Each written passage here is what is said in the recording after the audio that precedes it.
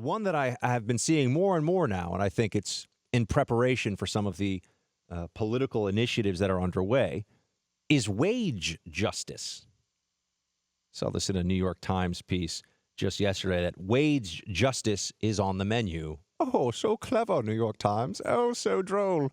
Might as well spell theater T-R-E. Why not? Jolly good.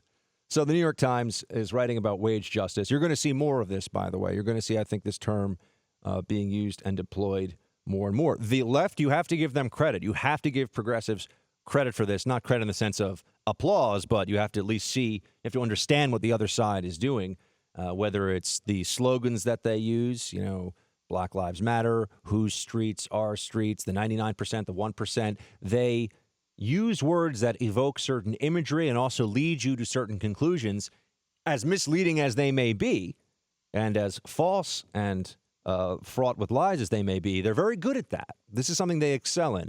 And this is one of the problems that I think we see playing out on a number of the big policy debates and issues that we talk about. You've got conservatives who are like, well, in the words of Milton Friedman, you can't have open borders and a welfare. And, you know, people don't necessarily get. Whereas you can get a bunch of people who haven't read a newspaper or paid any attention to what's going on in the world in a long time, get them together and say, you know, we are the 99%. You can get them together and shout Black Lives Matter. You can get them together and do these things, very Alinskyite in its methodology, right? You get people excited about an idea. You get them to mobilize around an idea. And once you have a mobilized group, you can deploy them for whatever political ends you seek, right? To the first point, get them emotional, get them riled up, get them excited about their activism. And wage justice is now a term that I see happening. And I think it's interesting because you've already seen a series of bills across the country where they're going to try to, and there's this effort, of course, to make fast food workers get $15 as a minimum wage, which I know many of you listening are like, my first job, I was not making $15. I can tell you, I've worked in jobs, and in retrospect, I think about this and go, I think that's pretty exploitative, really, but nonetheless, I worked in jobs where I didn't even get paid. Work for free.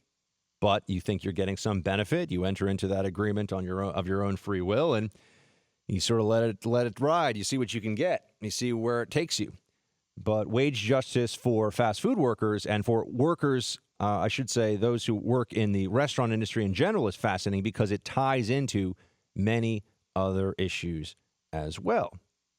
You really can't talk about the food industry in this country, the service industry, and more specifically the food industry, without immediately tripping into some immigration discussions. More specifically, illegal immigration discussions.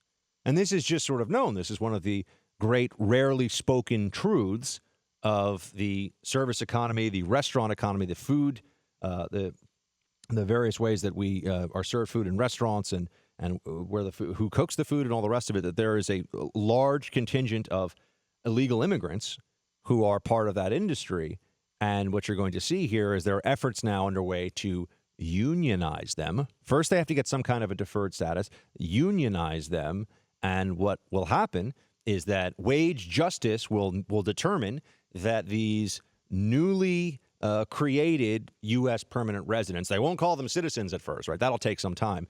These newly created U.S. residents will be part of the sort of the filling the roles of unions again, and they'll be demanding certain wages. Now, this will, of course, push up the price of going out to eat, whether it's at Shea Fancy Pants or Arby's or the Olive Garden or wherever it is.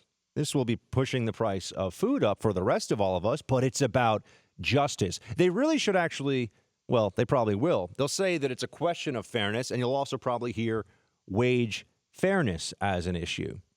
But what they never connect here, and what they won't ever want the American people to figure out, is that one of the reasons that wages have been so suppressed in the service industry, in the food industry in particular, is because of the massive waves of illegal immigration.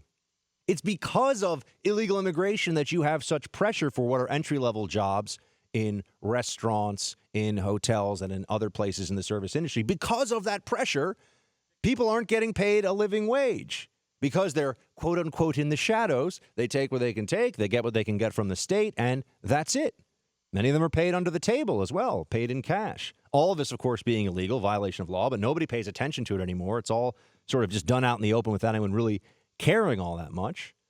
And what we see now is that instead of people looking at this and saying, wait a minute, there's a downward pressure on wages from waves of illegals coming into specific industries, this being one of them, the service industry, which is a lot of people, their first job is as a waiter, as a cook, as a chef, as a busboy, a server, whatever.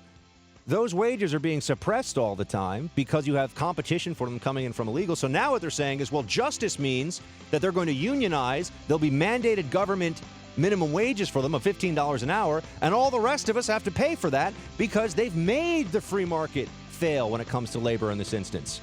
So just get ready for wage justice, my friends. It's coming.